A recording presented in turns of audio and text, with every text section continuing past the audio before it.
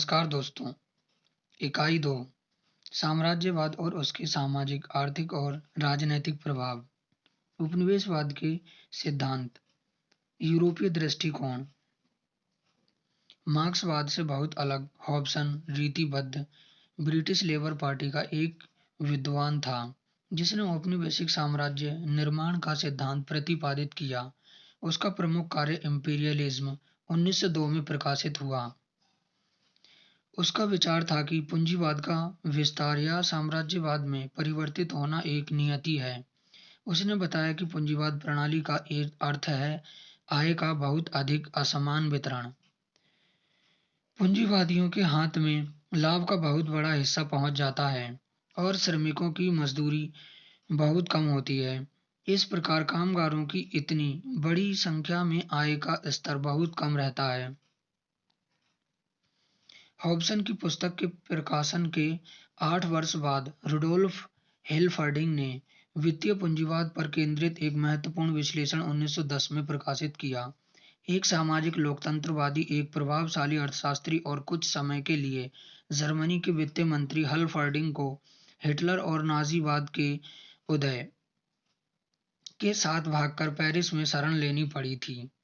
और जब जर्मनी सेना द्वारा पेरिस पर कब्जा कर लिया गया था तब हिलफर्डिंग को पकड़कर मार डाला गया।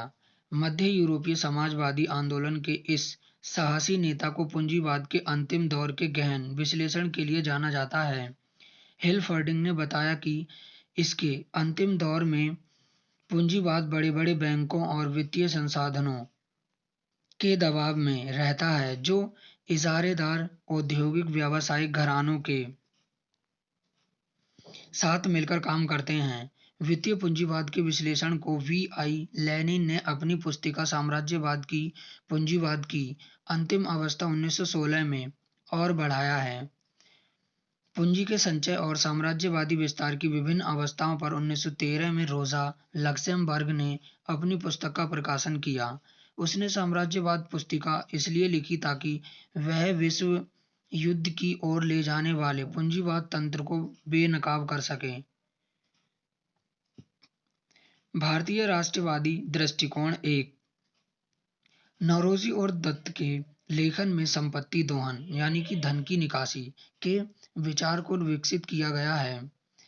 उनके लिए इसका अर्थ था संपत्ति का स्थानांतरण। 18वीं शताब्दी से ईस्ट इंडिया कंपनी के कर्मचारियों द्वारा लूट खसोट व गैर कानूनी फायदों के रूप में व गृह शुल्कों यानी इंग्लैंड में भारत की सरकार का खर्च भारतीय जनता से विभिन्न करों के रूप में प्राप्त धन से किया जाता था और निजी खातों के भारत से इंग्लैंड में पूंजी स्थानांतरण, लाभ और ब्याज आदि के रूप में। नंबर 2, ब्रिटिश शासन ने भारत के लघु उद्योगों को तहस नहस किया। इस प्रक्रिया को आजकल अनौद्योगीकरण के नाम से जाना जाता है। नंबर 3, राष्ट्रवादियों का तर्क था कि मुक्त व्यापार और हस्तक्षेप के विचार ने शुल्क व औद्योगिक नीतियों का निर्धारण किया जिसके कारण ब्रिटिश भारत में औद्योगिक विकास की संभावनाओं का खात्मा हो गया। परिणाम स्वरूप भारत औद्योगिक इंग्लैंड के लिए कृषि भूमि बन गया, यानी इंग्लैंड से औद्योगिक आपूर्ति पर पूर्णतः निर्भर खाद्यान्न और कच्चे माल का स्रोत। नंबर 4, कृषि में करों की दर की आर.सी. दत्त ने खूब आलोचना की है। उनके अनुसार खासकर उन क्षेत्रों में जहां समय समय पर स्थायी भूमि व्यवस्था थी, भूमि राजस्व का भार बहुत अधिक था। उनके विचार से ब्रिटिश भारत में समय समय पर उभरने वाली भुखमरी का एक कारण था। ग्रामीण क्षेत्रों से राजस्व एकत्र करने वाली मशीनरी द्वारा संपत्ति का शोषण किया गया जिसके कारण आर्थिक स्तर पर खेती में इतनी अनिश्चितता हो गई कि किसान बरसात न होने या अन्य प्राकृतिक आपदाओं के कारण उभर नहीं पाता था। उपनिवेशवाद के प्रभाव। अनौद्योगीकरण। जब वाणिज्य में भारतीय उद्योगों के उत्पाद की कीमत ऊंची मानी जाती थी, व्यावसायिक पूंजीवाद के उस दौर में ईस्ट इंडिया कंपनी के लाभ का स्रोत भारतीय औद्योगिक उत्पादों का भारत में लागत मूल्य और इंग्लैंड में विक्रय मूल्य का अंतर था। जैसे सूती और सिल्क वस्त्र यह मूल्य अंतर, जिसे हम अंग्रेजी ईस्ट इंडिया कंपनी का लाभ दर कह सकते हैं, ज्यादा बढ़ाया जा सकता था। यदि ईस्ट इंडिया कंपनी द्वारा खरीदे गए उत्पाद का भारतीय लागत मूल्य भारतीय शिल्पकारों को कम दिया जाए, तब तक भारतीय बाजारों में प्रतिस्पर्धा थी, यानी जब तक अंग्रेजी ईस्ट इंडिया कंपनी दूसरी फ्रांसीसी डच ईस्ट इंडिया कंपनियों के साथ-साथ भारतीय व एशियाई मूल के व्यापारियों के साथ प्रतिस्पर्धा रहेगी, भारतीय शिल्पकार अपने उत्पाद का अच्छा मूल्य प्राप्त करने की अवस्था में रहेगा। लेकिन 18वीं शताब्दी के अंतिम दशकों में अंग्रेजों ने अपने प्रमुख प्रतिस्पर्धियों, विशेषकर फ्रांसीसी और डच को धीरे-धीरे हटाना शुरू कर दिया। इंग्लिश कंपनी और उसके कर्मचारियों द्वारा वैयक्तिक खरीदारी मिलाकर इतनी हो जाती थी कि वह बंगाल में अच्छी किस्म के वस्त्रों का एक बहुत बड़ा हिस्सा खरीद लेते थे। एक इजारेदार अपने लाभ के लिए बाजार को प्रभावित कर सकता है। 18वीं शताब्दी के अंतिम 3 दशकों तक अंग्रेज व्यापारियों को यह लाभ था, जिसके चलते इस देश के शिल्पकारों को दिया जाने वाला मूल्य उन्होंने कम कर दिया, जिसके यूरोपीय बाजारों में इस माल की बिक्री का लाभ बहुत अधिक बढ़ गया। भारतीय शिल्पकारों के अतिरिक्त शोषण ने उनकी आय का स्तर बहुत नीचा करके हस्तशिल्प उद्योगों के प्रभुत्व अधिकार को ही कमजोर कर दिया। इसने उद्योगों में पूंजी निवेश और उसके तकनीकी विकास के लिए संसाधनों को जोड़ने की संभावनाओं को ही नष्ट कर दिया। 18वीं शताब्दी के अंतिम व 19वीं शताब्दी के प्रारंभिक दशकों में इंग्लैंड में पूंजी जमाव और एक तकनीकी क्रांति हुई थी। इस तकनीकी क्रांति ने सबसे पहले यूरोप के बाजारों से भारतीय शिल्पकारों को एकदम हटा दिया, क्योंकि नए अंग्रेजी कारखानों में बड़ी मात्रा में उत्पादनों के कारण भारतीय शिल्पकारों के लिए यह संभव नहीं था कि वे कारखाना उत्पाद से प्रतियोगिता कर सकें। सन 1813 से ईस्ट इंडिया कंपनी नहीं, बल्कि निजी संस्थान निर्यात का काम करने लगे थे। विदेशी कारखानों ने न सिर्फ भारतीय शिल्पकारों से निर्यात बाजार छीना, बल्कि घरेलू बाजारों को भी आयातित उत्पादों से भर दिया। रमेश चंद्र दत्त और मदन मोहन मालवीय ने भारतीय औद्योगिक आयोग के लिखे विरोध पत्र में अपना पक्ष साबित करने के लिए आयात के आंकड़ों का उपयोग किया था। उन्होंने दर्शाया, उदाहरण के लिए, कि सन 1860 में आयातित मैनचेस्टर कपड़ों का मूल्य 96 लाख स्टर्लिंग था, जो सन 1900 में बढ़कर 27 करोड़ स्टर्लिंग हो गया। हाल ही में कुछ लेखकों, विशेषकर मॉरिस डेविस, ने तर्क दिया कि यह प्रमाण निर्णायक नहीं है। उन्होंने बताया कि पैक्स ब्रिटेनिका के अंतर्गत जनसंख्या बढ़ गई थी, प्रति व्यक्ति आय बढ़ गई थी, खपत की आदतों में परिवर्तन के कारण वस्त्रों की बिक्री बढ़ गई थी, और इसलिए भारतीयों के लिए यह संभव था कि देशी शिल्पकारों के लिए बाजारों को अप्रभावित छोड़कर वे विदेशी वस्त्र खरीद सकें। मॉरिस का तर्क यह है कि बाजारों की क्षमता इतनी बढ़ गई थी कि वे मैनचेस्टर व भारतीय करघा उत्पादों दोनों को शामिल कर सकें। उद्योगों पर आश्रित व्यक्तियों की संख्या 1809 से 13 से जनगणना वर्ष सन 1901 तक घटकर आधी रह गई थी। डैनियल थॉर्नर ने एक विवादास्पद धारणा प्रस्तुत की कि सन 1881 के बाद से उपलब्ध जनगणना के आंकड़े यह नहीं बताते हैं कि सन 1881 से सन 1931 तक अनौद्योगीकरण की प्रगति पर था। पहली दृष्टि में जनगणना के आंकड़े यह दर्शाते हैं कि कृषि में पुरुष कार्य शक्ति 1881 के 65% की तुलना में बढ़कर 1931 में 72% हो गई, जबकि सन 1881 में औद्योगिक पतन का अनुपात 16% से 1931 में 9% रहा। थॉर्नर महिला श्रम शक्ति से संबंधित आंकड़ों को भी इस आधार पर गलत बताते हैं कि जनगणना अधिकारियों के विचार में जो आंकड़े एकत्रित किए गए वे सही नहीं थे, और इस प्रकार थॉर्नर इस निष्कर्ष पर पहुंचते हैं कि 1881 से 1931 की जनगणना अनौद्योगीकरण का कोई समुचित आधार प्रस्तुत नहीं करती है।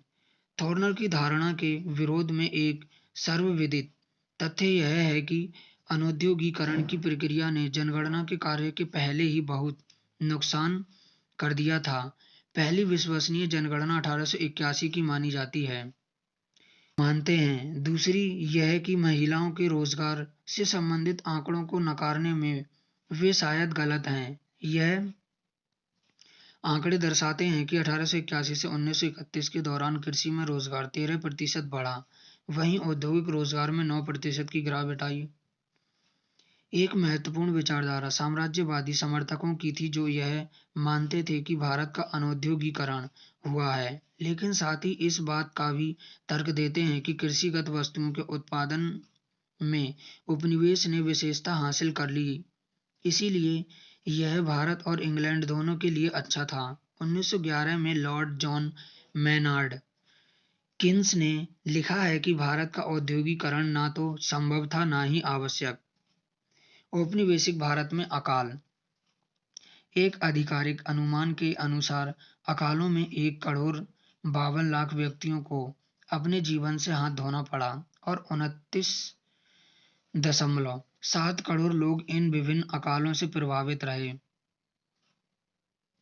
यह बड़ी संख्या इस बात का द्योतक है कि लगातार संकट की अवस्था बनी रही। निश्चित रूप से इसका तत्कालिक कारण सूखा और फसल की बर्बादी रहा, लेकिन इसकी जड़ें वहाँ हैं जिसे खेतीहर उत्पादन की सामान्य दर कहा जाता है। कृषि तकनीक में स्थिरता, प्रति एकड़ पैदावार बढ़ने में निवेश की असफलता, राजस्व दलालों द्वारा कृषि योग्य स्रोतों का दोहन और महाजन व कृषि वस्तुओं के व्यापारी भी बहुत महत्वपूर्ण पहलू थे।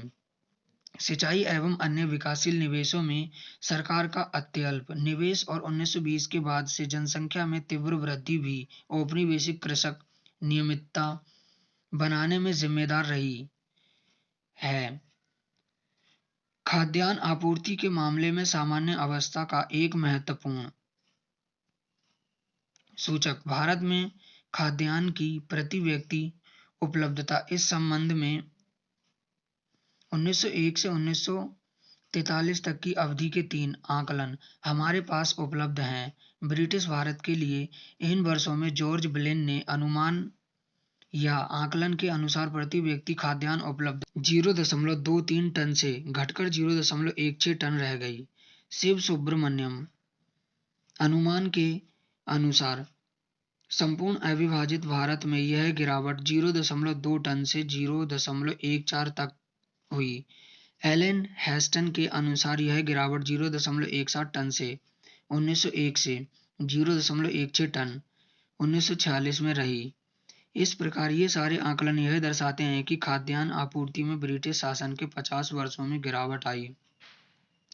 कृषि का व्यवसायीकरण। अब्राहम लिंकन द्वारा काले दासों की मुक्ति और अमेरिका में लगातार गृह युद्ध के कारण 1860 से 64 के दौरान कपास की विश्व आपूर्ति में गंभीर गिरावट आई। इसके कारण भारत से निर्यातित कपास के मूल्यों में वृद्धि हुई और भारत में कपास की खेती बढ़ी। कपास के इस उछाल ने कपास उगाने वाले क्षेत्र के भारतीय कृषकों को विश्व पूंजीवादी व्यवस्था के क्षेत्र में ला दिया। कपास की उछाल के कारण बंबई के महत्वपूर्ण निर्यात घरानों, बड़े शहरों के थोक व्यापारियों, कपास निर्यात व्यापार के दलालों और अन्य व्यक्तियों से लेकर गांव के महाजन, जो कृषक को कपास की खेती के लिए अग्रिम धन भी देते था, गांव के महाजन के स्तर तक सभी लोगों ने भरपूर लाभ उठाया। इस लाभ के साथ ही पहले से ही अन्य व्यावसायिक फसलों जैसे अफीम और नील के लाभ के कारण सारी पूंजी चंद भारतीय व्यापारियों के हाथों में सिमट कर रह गई थी। सबसे महत्वपूर्ण बात यह है कि कपास के इस उछाल ने भारत को औद्योगिकृत पश्चिम की कृषिगत वस्तुओं व कच्चे माल की जरूरतों के आपूर्तिकर्ता का स्थान दे दिया। व्यवसायीकरण का ग्रामीण समाज पर प्रभाव। कृषि का व्यवसायीकरण व्यापारिक पूंजी और सूदखोरी को जन्म दिया और ग्रामीण समाज में दर्शकों के बीच के अंतर को और अधिक बढ़ाया। सामान्य किसान के उद्धार के लिए महाजन पर निर्भरता बढ़ गई थी। यह धन उसे फसलों की खरीदारी मंदी के मौसम में जीविकोपार्जन के लिए कर्ज के रूप में लेना पड़ा। जैसे जैसे व्यवसायीकरण बढ़ता गया, भू राजस्व के भुगतान के लिए भी देनदार व्यापारी नकद आपूर्ति करने में महत्वपूर्ण भूमिका निभाते रहे और महाजन आयातित औद्योगिक उपभोक्ता वस्तुओं, विशेष रूप से मैनचेस्टर वस्त्रों का ग्रामीण बाजारों में एक प्रमुख एजेंट बनकर उभरा। जब गरीब खेतिहर बाजार के लिए फसलें उगा रहे थे, उस समय वे देनदार महाजन के हाथों गिरवी हो चुके थे। खेतिहरों का थोड़ा संपन्न वर्ग तुलनात्मक रूप से स्वतंत्र था। ये लोग अपने सामानों का भंडारण कर सकते थे और कटाई के बाद भरे हुए बाजार में बेहतर कीमतों का इंतजार भी कर सकते थे।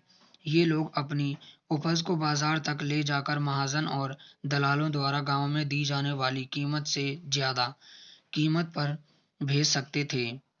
इसके अलावा वे इस बात का भी निर्णय कर सकते थे कि कौन सी फसल उगाई जाए, जबकि गरीब खेती और वही फसल उगाने पर मजबूर था जो महाजन चाहता था।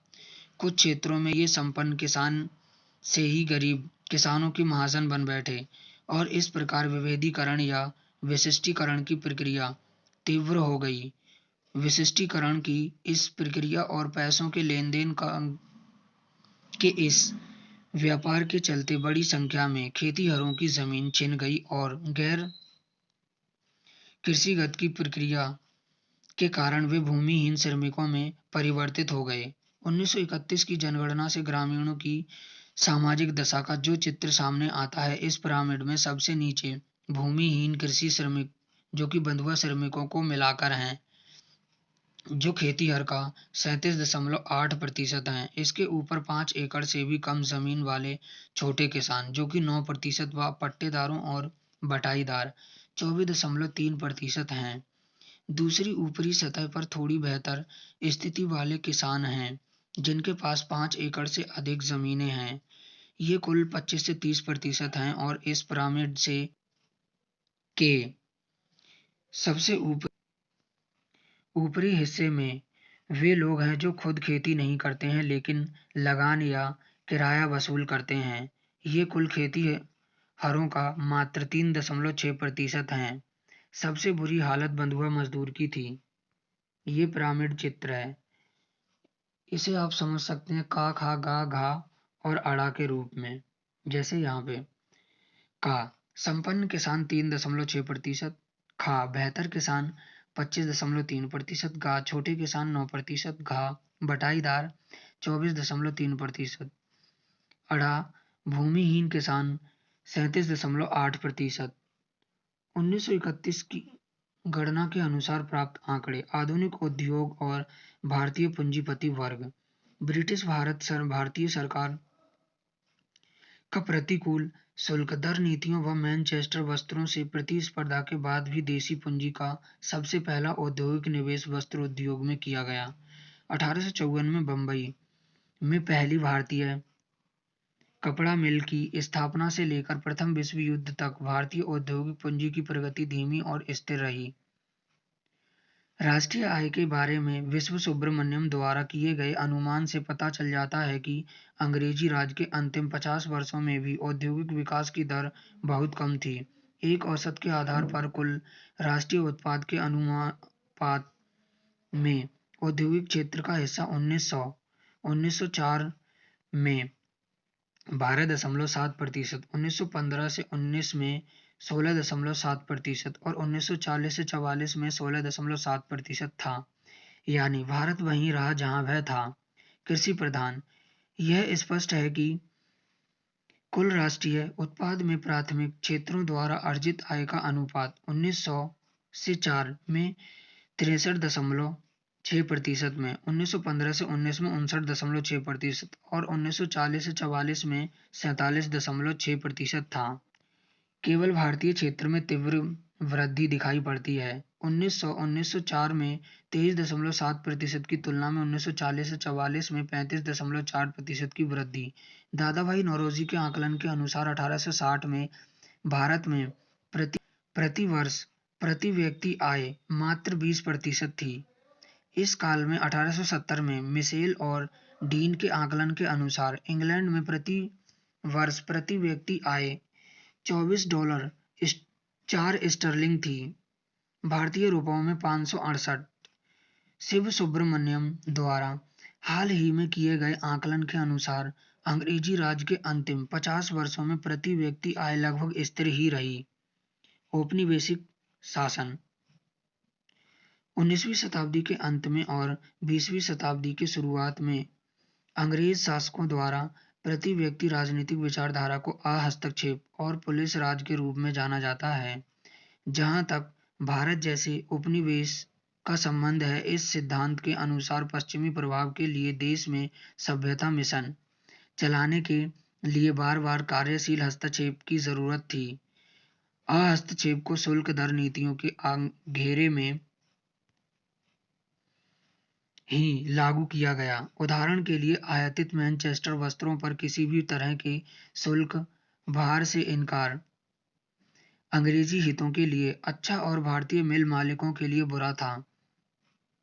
दोबारा 19वीं शताब्दी के अंत और 20वीं शताब्दी के प्रारंभ में भुखमरी के दौरान सरकार द्वारा किसी भी तरह के हस्तक्षेप को हटाकर खाद्यान्न व्यापार में हस्तक्षेप की नीतियां अपनाई। धन्यवाद।